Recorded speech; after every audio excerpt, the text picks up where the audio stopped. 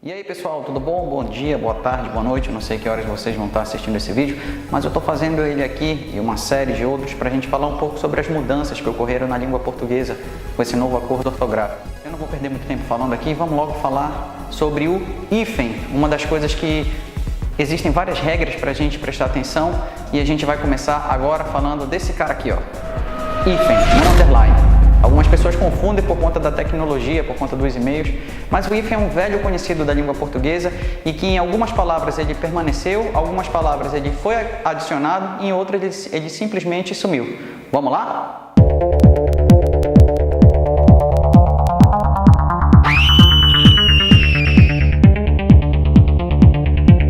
Então bora começar falando sobre prefixos ou falsos prefixos, tá legal? Por exemplo, se você tem uma palavra que o prefixo ou falso prefixo ele termina com uma vogal e a próxima letra é um R ou um S, essa letra vai duplicar. Por exemplo, ultrassonografia. Antigamente era separado com hífen. Agora o que você vai fazer? Vai pegar a palavra ultra e a palavra sonografia e unir, acrescentando um S.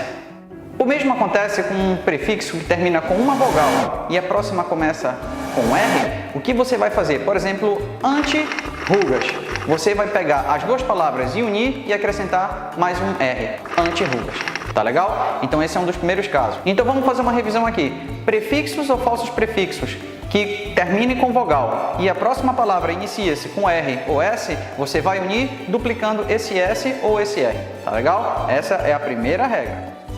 Um outro caso de palavras que a gente não vai mais utilizar o hífen é se você tiver um prefixo ou falso prefixo que termine com vogal e a próxima palavra também começa com uma vogal, mas diferente daquele prefixo que eu terminei. Por exemplo, autoajuda. Você não vai mais precisar utilizar hífen, fica uma palavra só, autoajuda. Um outro exemplo disso, extraoficial. Eu terminei extra com A e comecei oficial com O. Então, a gente vai formar uma palavra apenas e fica a palavra extraoficial dessa forma.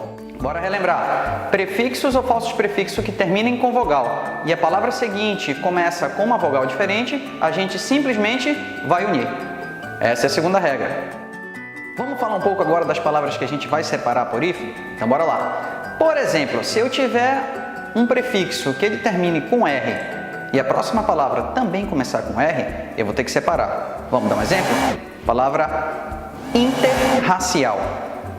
Meu prefixo terminou com R do inter e começou com R do racial, a segunda palavra. Então, nesse caso, eu não vou unir as duas, como foi aquele primeiro que a gente explicou. Aquilo é só quando é com vogal, tá legal? Então, interracial fica dessa forma. Um outro exemplo disso? Hiperrealista. Então a gente vai pegar o prefixo hiper, jogar o hífen e continuar com a palavra realista. Então nesse caso se você tem um prefixo que termina com R e a palavra seguinte começa com R, você usa o hífen, você não vai uni-las, tá ok? Primeiro caso de hífen sendo usado. Então vamos falar de vogal de novo? Imagina que você tem um prefixo que termina com vogal e a próxima palavra inicia-se com a mesma vogal, você vai ter que separar por hífen. Quer um exemplo? Anti-inflamatório. Você vai pegar anti-hífen inflamatório, porque a gente tem as mesmas letras, uma terminando o prefixo e outra iniciando a segunda palavra. Micro-ondas. Você tem a letra O do micro e a letra O do ondas e a gente vai separar por hífen também. Mas já que o assunto é língua portuguesa, o que seria da gente sem as exceções? Então vamos lá. Exceções, lembrando que é com cedilha. Pessoal, quando tem o prefixo co e a outra palavra começar com a mesma vogal O, contrariando a regra que a gente estudou agora há pouco, ela não leva hífen. Por exemplo, cooperação, coordenar.